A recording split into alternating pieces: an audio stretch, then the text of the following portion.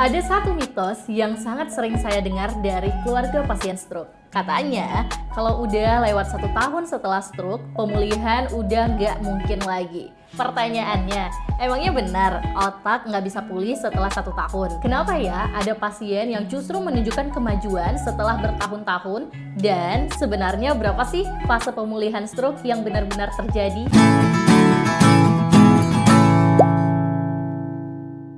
Halo, saya Dr. Puput. Dalam praktik sehari-hari, saya sering melihat satu hal yang sama. Banyak keluarga yang sangat ingin membantu pasien stroke, tapi belum memahami bagaimana sih sebenarnya proses pemulihan otak dan tubuh setelah stroke. Pemulihan stroke adalah perjalanan panjang yang terdiri dari beberapa fase. Dengan memahami setiap fase ini, kita bisa lebih realistis, lebih sabar, dan lebih tepat dalam mendampingi proses pemulihan pasien. Fase akut dari hari 1 sampai hari ke-7. Ini adalah fase yang paling kritis dalam stroke. Prioritas utama pada fase ini adalah penyelamatan jaringan otak sebanyak mungkin. Biasanya, pasien dirawat di ruang stroke atau ICU. Tim medis akan fokus menstabilkan kondisi vital seperti tekanan darah, gula darah, detak jantung, dan juga kadar oksigen. Dokter juga akan melakukan pemeriksaan seperti CT scan ataupun MRI untuk mengetahui penyebab dari stroke, apakah terjadi penyumbatan pembuluh darah atau yang biasa disebut stroke iskemik atau pendarahan di otak atau stroke hemoragik. Di fase ini, fokus utama masih pada penanganan medis dan stabilisasi kondisi pasien. Kalau kondisi pasien udah stabil, barulah yang namanya latihan ringan mulai diperkenalkan secara bertahap. Yang kedua, fase adaptasi awal. Setelah melewati fase kritis, pasien mulai memasuki fase adaptasi. Di fase ini, pasien mulai menyadari bahwa tubuhnya berubah. Misalnya, tangan sulit digerakkan, kakinya terasa berat, bicaranya jadi tidak jelas, aktivitas sederhana terasa sangat melelahkan. Secara emosional, banyak pasien bakal merasa bingung, takut untuk bergerak, bahkan kehilangan kepercayaan dirinya. Disinilah peran keluarga menjadi sangat penting. Keluarga perlu membantu pasien untuk memahami bahwa kondisi ini bukanlah akhir dari kemampuan mereka, melainkan bagian dari proses pemulihan. Dukungan emosional di fase ini sering sangat menentukan semangat pasien untuk menjalani terapi selanjutnya. Yang ketiga, fase subakut. Fase ini 3-6 bulan. Dan fase ini sering disebut sebagai masa emas pemulihan stroke atau golden period. Kenapa? Karena pada periode ini otak memiliki kemampuan adaptasi yang cukup tinggi. Dalam ilmu saraf, kemampuan ini disebut neuroplastisitas. Artinya, otak masih mampu membentuk jalur saraf baru, mempelajari kembali fungsi tubuh yang terganggu, dan di fase inilah terapi biasanya dilakukan lebih intensif seperti fisioterapi, terapi okupasi, dan juga terapi bicara. Tapi, memang ada satu hal yang sering tidak disadari keluarga. Sesi terapi di rumah sakit biasanya hanya berlangsung 30-60 menit, padahal proses pemulihan sebenarnya terjadi dari latihan yang dilakukan berulang setiap hari di rumah. Jadi nggak harus lama, yang penting konsisten. Yang keempat, fase kronis, 6 bulan hingga bertahun-tahun. Banyak orang mengira pemulihan stroke berhenti setelah 6 bulan. Padahal sebenarnya nggak selalu seperti itu. Kemampuan adaptasi otak memang menurun dibanding fase awal, tapi nggak benar-benar berhenti loh. Saya sering banget ngeliat pasien yang baru menunjukkan kemajuan nyata setelah 1 tahun, bahkan setelah 2 atau 3 tahun. Karena di fase ini fokus utamanya adalah kemandirian aktivitas sehari-hari. Misalnya, makan sendiri, berpakaian, berpindah tempat, dan mungkin membuat minumannya sendiri.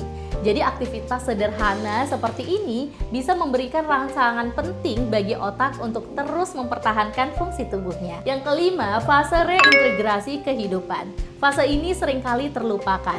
Secara medis, kondisi pasien mungkin sudah cukup stabil. Namun, secara psikologis dan sosial, pasien masih perlu belajar yang namanya menjalani kehidupan dengan kondisi yang baru. Misalnya, kembali bersosialisasi, kembali berperan dalam keluarga, bahkan kembali bekerja jika memungkinkan. Banyak pasien sebenarnya sudah memiliki kemampuan dasar yang baik, tapi masih takut untuk kembali beraktivitas. Di fase inilah dukungan keluarga kembali sangat penting untuk membantu pasien membangun kembali rasa percaya diri. Yang keenam, fase plateau. Fase ini adalah ketika kemajuan terasa melambat atau berhenti sementara. Contohnya, sebelumnya pasien bisa berjalan 5 langkah, lalu meningkat menjadi 10 langkah. Tapi setelah itu tidak bertambah lagi. Banyak pasien ngerasa putus asa di fase ini, padahal fase plato bukan berarti pemulihan berhenti. Jadi seringkali nih, otak hanya membutuhkan variasi latihan baru. Latihan bisa diubah menjadi aktivitas yang lebih bermakna secara fungsional.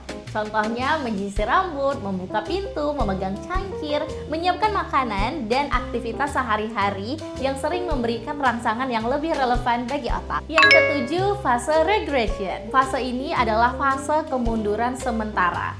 Kemunduran bisa terjadi kapan saja, misalnya karena sakit, jatuh, stres berat, atau kehilangan motivasi.